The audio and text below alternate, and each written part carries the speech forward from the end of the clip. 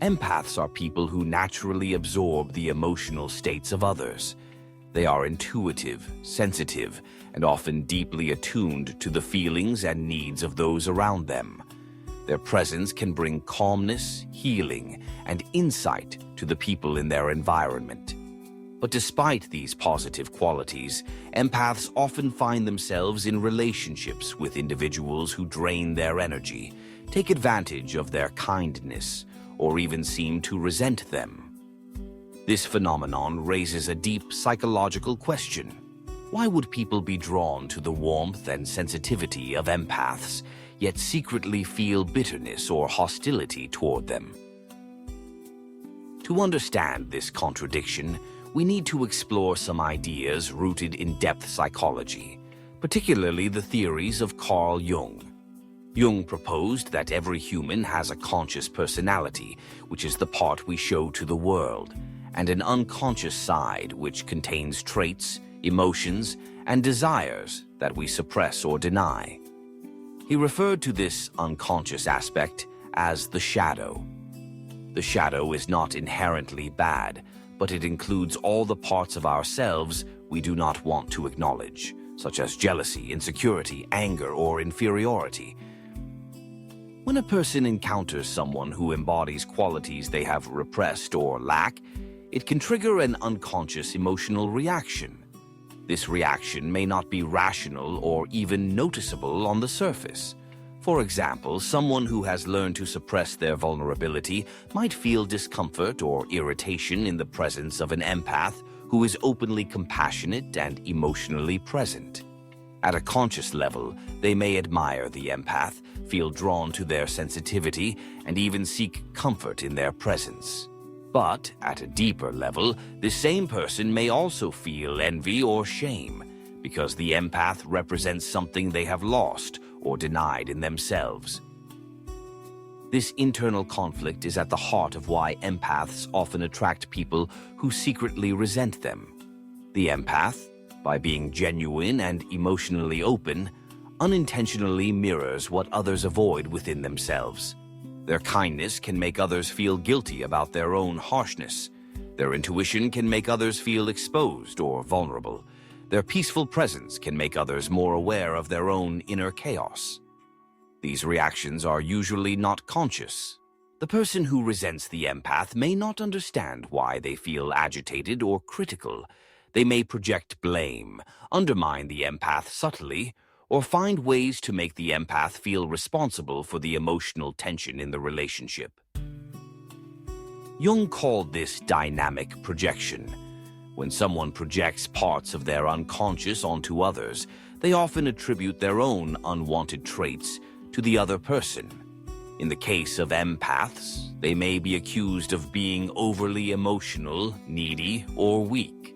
Not because these labels are accurate, but because they trigger discomfort in the other person.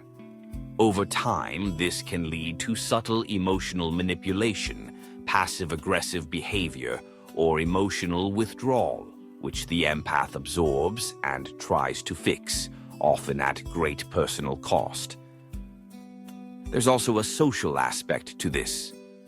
In many cultures, emotional sensitivity is not always rewarded. Traits like assertiveness, independence, and logic are often considered more valuable than empathy or intuition. This creates an imbalance where sensitive individuals are expected to adapt, absorb stress, and provide emotional support without receiving much understanding in return. As a result, empaths can become magnets for emotionally unbalanced or self-centered individuals who subconsciously look for someone to stabilize their inner world without having to confront their own issues. The empath, by nature, tries to help, to listen, and to offer healing. But this very strength can be turned against them. People may begin to depend on the empath's emotional labor without giving anything back.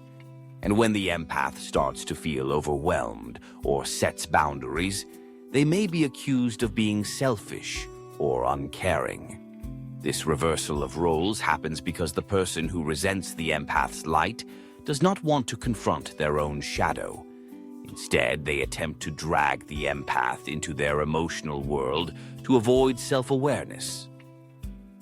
In Jungian terms, this is a failure of individuation, the process of integrating all parts of the psyche, including the shadow, to become a whole person. The empath often becomes entangled in this struggle, feeling confused about why relationships that begin with admiration turn sour over time. They may blame themselves, question their worth, or become emotionally exhausted from trying to maintain harmony where there is none. Empaths are particularly vulnerable to this dynamic because of their high emotional receptivity. They sense changes in mood, subtle expressions, and emotional shifts, often before others are even aware of them. This makes them excellent listeners, caregivers, and friends, but it also makes them easy targets for emotional projection. The empath may feel responsible for fixing problems that are not theirs, or they may internalize negative feedback that reflects the other person's shadow, not their own flaws. This dynamic plays out in many types of relationships: romantic, familial, social, and professional. For instance, a parent who has denied their own sensitivity may unconsciously resent a child who is emotionally open and expressive. A boss who suppresses vulnerability might micromanage or criticize an empathic employee who leads with kindness instead of control. A romantic partner who fears emotional intimacy may feel simultaneously attracted to and threatened by the empath's depth of feeling. These contradictions often create confusion for the empath, who cannot understand why being kind leads to rejection or resentment. But understanding the psychological mechanisms at play can help empaths make better choices. The first step is awareness. Recognizing that not all emotional responses from others are truthful or valid is essential. Empaths need to learn the difference between genuine feedback and emotional projection. They must learn to set boundaries without guilt and recognize when someone is using their emotional openness as a way to avoid self-reflection. Jung believed that healing comes from integrating the shadow, not projecting it onto others. When individuals begin to own their suppressed emotions and insecurities, they become less likely to resent those who display what they lack.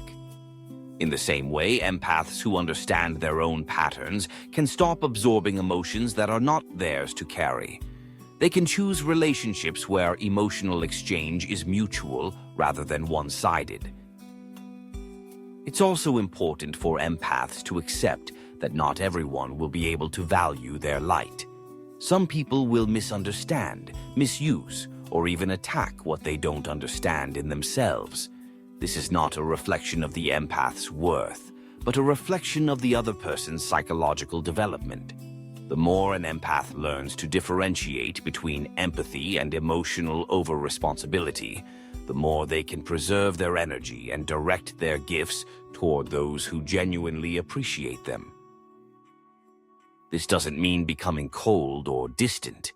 It means practicing discernment, choosing when to engage, when to step back, and when to let go.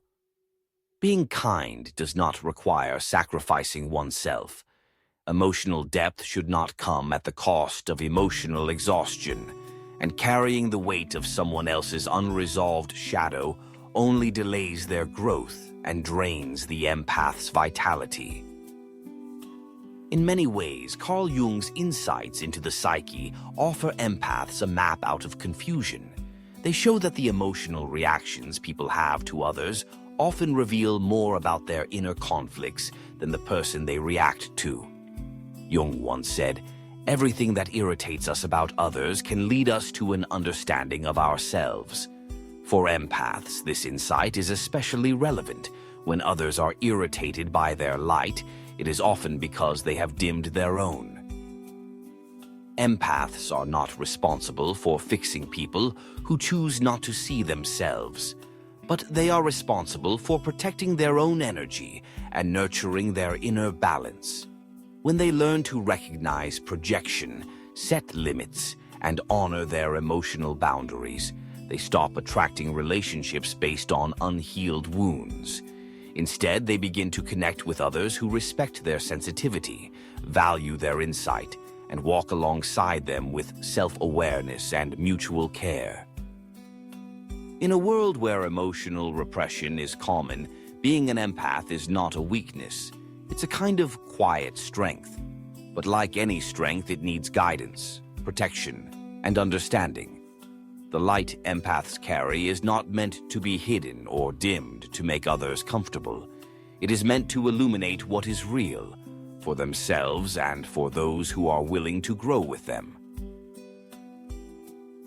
Don't forget to like, comment, and subscribe for more content on human psychology, self-awareness, and mental growth.